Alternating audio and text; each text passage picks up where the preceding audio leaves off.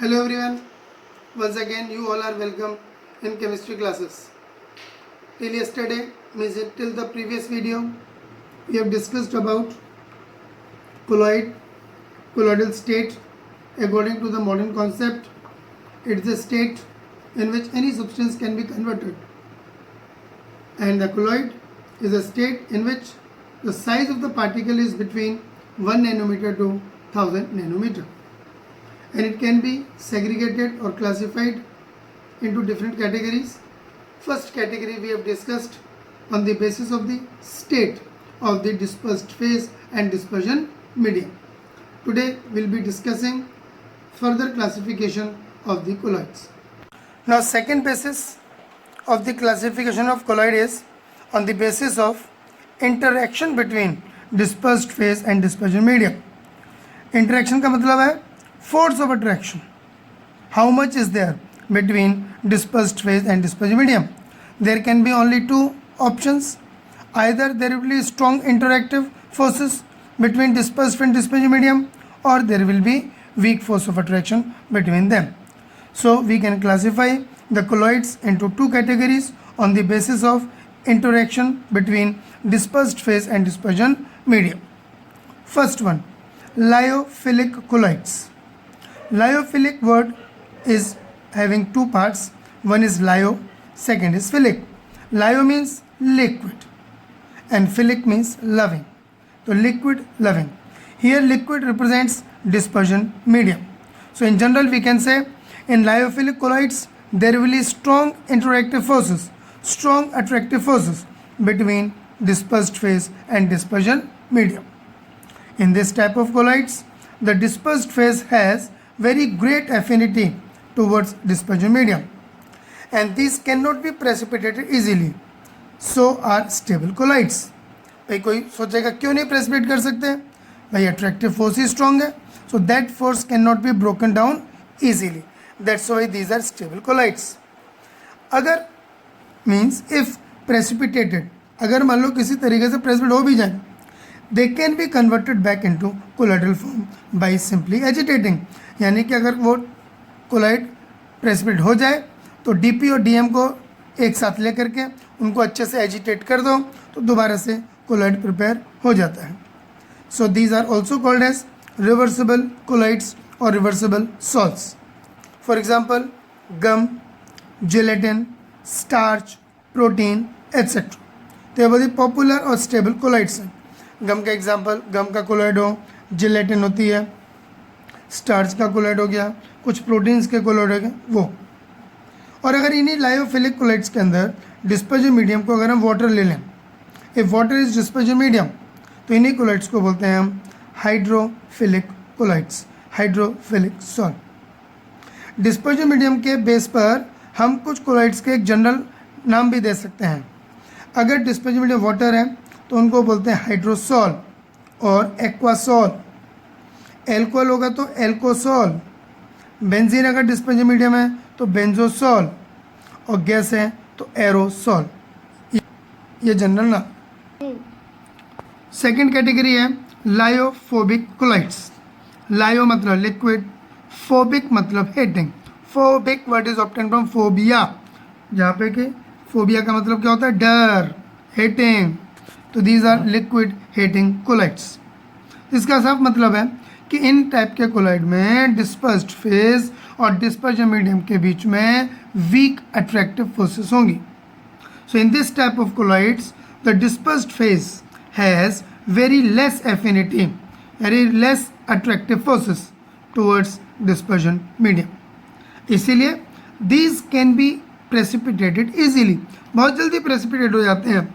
और अगर प्रेसिपिटेट हो जाए, इसीलिए इनको हम बोलते हैं अनस्टेबल कोलाइड्स. इफ प्रेसिपिटेटेड, अगर प्रेसिपिटेट हो जाए तो on addition of an electrolyte, भाई प्रेसिपिटेट कैसे होंगे? किसी इलेक्ट्रोलाइट को उसके अंदर ऐड कर दो या बाय हीटिंग उसको गर्म कर दो. They can not be easily converted back into colloidal form. क्यों नहीं आसानी से कन्वर्ट होते? क्योंकि इंटरैक्शन ही वीक है, इसीलिए आसानी से स्ट्रॉन्ग फोर्स बनती नहीं है, तो वो दोबारा से कोलाइडल फॉर्म में कन्वर्ट होते नहीं. Therefore these are also called as irreversible colloids. irreversible colloids. For example, gold का सॉल, फेरिक हाइड्रोक्साइड का सॉल, आर्सेनिक ऑक्साइड का सॉल, आर्सेनिक सल्फाइड का सॉल एटसेट्रा। अगर वाटर को हम डिस्पर्जन मीडियम लें तो इसको बोलते हैं हम लोग हाइड्रोफोबिक सॉल। तो ये सेकंड कैटेगरी थी। Third classification on the basis of type of particles of dispersed phase. Dispersed phase के पार्टिकल किस टाइप के, उसके बेस पर। तो इस कैटेगरी में हम देख सकते हैं कि colloids can be classified into 3 types. 3 type के कोलाइड्स होते हैं। पहला, multi molecular colloids. In this type of colloids the colloidal particles aggregates, aggregate मतलब एकत्रित हो जाना, इकट्ठा हो जाना, जुड़ जाना, एग्रीगेट्स ऑफ स्मॉल एटम्स और small molecules which are having particle size of less than 1 nanometer. एक बार फिर देखिए, in this type of colloids the colloidal particles aggregates of atoms और small molecules with particles of size less than 1 nanometer, यानी 1 nanometre से कम size वाले particle जुड़ करके कोलॉइड बना लें, उनको बोलते हैं हम multi molecular colloids. For example, gold sol, it is made up of gold atoms, और उन गोल्ड एटम्स का साइज क्या होता है, having size less than 1 nanometer. Similarly, sulphur sol is made up of sulphur molecules, और sulphur molecule का size less than 1 nanometer, having size less than 1 nanometer. तो ये पहली कैटेगरी होगी। Second, macromolecular colloids. मैक्रोमोलिकुलर, ये पॉलीमर्स में पढ़ा था, सारे पॉलीमर्स मैक्रोमोलिक्यूल्स होते हैं, यानी कि वो कोलाइड्स हैं जो नेचुरली कोलॉइडल डायमेंशन में उनके पार्टिकल्स होते हैं। In this type of colloids, colloidal particles are themselves large molecules having the dimensions of colloids, that is between 1 nanometer to 1000 nanometer, यानी नेचुरली अकरिंग कोलॉइड्स होते हैं जिनको हम मैक्रोमोलिकुलर कोलॉइड्स बोलते हैं। फॉर एग्जांपल, स्टार्च का कोलॉइड, प्रोटीन्स का colloid, cellulose का colloid, polythene, nylon, polystyrene etcetera. अब एक और अच्छी मुझे याद आ गई बात, सब लोगों को पता होगा, अभी 2-4-5 दिन पहले विशाखापट्टनम के अंदर एक गैस रिलीज़ हुई थी LG पॉलीमर्स में से, जो कि साउथ कोरियन कंपनी थी। तो आपकी इन्फॉर्मेशन के लिए बता दूं, उसमें जो गैस रिलीज़ हुई थी वो स्टाइरिन गैस हुई थी। वहाँ पर पॉलीस्टाइरिन बनाते थे, वो केमिकल प्लांट था। वो हाई प्रेशर होने की वजह से वो गैस ऑटोमेटिकली हाई प्रेशर में इतने दिन के लॉकडाउन में पॉलीस्टाइरिन में कन्वर्ट हो गई, अंदर प्रेशर बहुत बढ़ गया और जो नहीं बन पाई वो एयर में चली गई, यानी उसका वाल्व टूट गया, पूरी स्टाइरिन गैस हवा में आ गई, जिसकी वजह से लोगों को बहुत मुश्किल का सामना करना पड़ा। Third category, associated collides.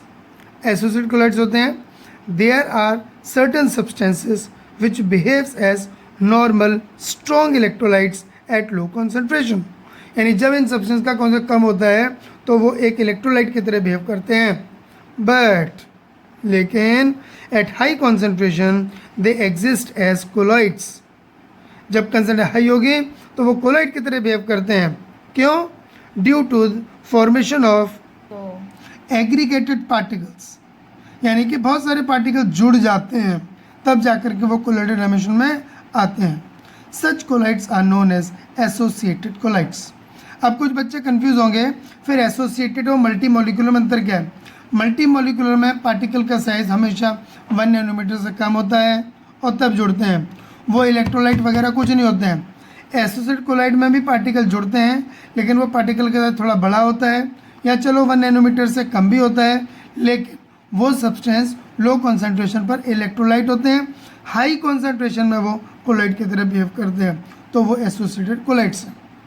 Example है सोप्स एंड डिटर्जेंट्स, ठीक है, साबुन और जो डिटर्जेंट्स होते हैं वो एसोसिएटेड कोलाइड्स होते हैं। Important point to be noted here is the cluster और aggregated particles formed by associated colloids in the solution are called as micelles. उनको मिसेल बोलते हैं हम लोग, MICELLE, मिसेल, यानी कि बहुत सारे मॉलिक्यूल जो जुड़ जाते हैं, जुड़ करके जब कोलाइडल डायमेंशन में आते हैं तो उस ग्रुप को हम बोलते हैं मिसेल। लेकिन ये मिसेल ऐसा नहीं कि जब चाहो तब बन जाए, इसमें एक चीज़ ध्यान रखने वाली है। तो जो मिसेल का बनना है वो ऐसा नहीं कि किसी भी समय पर, यानी किसी समय का मतलब यहाँ पर है टेम्परेचर और कंसंट्रेशन, यानी किसी भी टेम्परेचर पर या किसी भी कंसंट्रेशन बन जाता है, ऐसा नहीं है। तो इसके लिए 2 पॉइंट है इंपॉर्टेंट, समझना ध्यान से। The formation of micelle takes place at a certain concentration, ठीक है कि नहीं। The formation of micelle takes place at certain concentration which is called as critical micellization concentration, short में बोलते हैं CMC। एक बार फिर, formation of micelle takes place at certain concentration called as critical micellization concentration CMC and above a particular temperature called as Kraft temperature। इसका symbol होता है TK, craft temperature. मैं एक बहुत अच्छा सा एग्जांपल दे रहा हूँ। सर्दियों में जब ठंडियाँ होती हैं तो हम साबुन को या सर्फ में ठंडे पानी में घोलते हैं तो झाग आसानी से नहीं बनता, घुलता भी नहीं आसानी से, यानी मिसेल नहीं बनता है उसके अंदर। और अगर बहुत कम साबुन लो, बहुत ज़्यादा पानी लो, तो भी मिसेल फॉर्मेशन या झाग नहीं बनता है। ये ध्यान रखना, कंसंट्रेशन ज़रूरी है और टेम्परेचर भी ज़रूरी है। एग्जांपल है sodium लोराइल sulphate, formula CH3 CH2 का whole 11 SO4 Na। Sodium stearate, soap है ये, ऊपर वाला डिटर्जेंट था, CH3 CH2 का होल 16 COONA। दीज आर, एक डिटर्जेंट ले लिया, एक सोप ले लिया। These are very good example of colloids, associated colloids. आज की हमने वीडियो में ये देखा कि 2 टाइप के क्लासिफिकेशन कोलाइड्स के। एक मैंने बताया on the basis of interaction between dispersed phase and dispersed medium. इसके बेस पर 2 टाइप के कोलाइड्स हैं, एक लायोफिलिक कोलाइड्स, स्टार्च और जिलेटिन वाला, दूसरा लायोफोबिक कोलाइड, गोल्ड का कोलाइड या सल्फर का कोलाइड। पहले में इंटरेक्शन स्ट्रॉन्ग DPDM में और दूसरे में वीक DPDM में। दूसरा बताया मैंने आज के कैटेगरी में टाइप्स ऑफ पार्टिकल्स के बेस पर, पार्टिकल का टाइप किस तरीके का है। पहला multi molecular colloid, gold sol हो गया। दूसरा मैक्रो मोलिकुलर कोलाइड्स, जैसे कि एग्जांपल स्टार्च और प्रोटीन वाला। और तीसरा एसोसिएटेड कोलाइड, जो होते हैं सोप्स और डिटर्जेंट्स। तो यहाँ पे सारी क्लासिफिकेशन होगा। अगली वीडियो में पढ़ेंगे प्रिपरेशन ऑफ कोलाइड्स। हम कोलाइड्स को कैसे प्रिपेयर करते हैं, चाहे वो लायोफिलिक हो चाहे वो लायोफोबिक हो। ओके।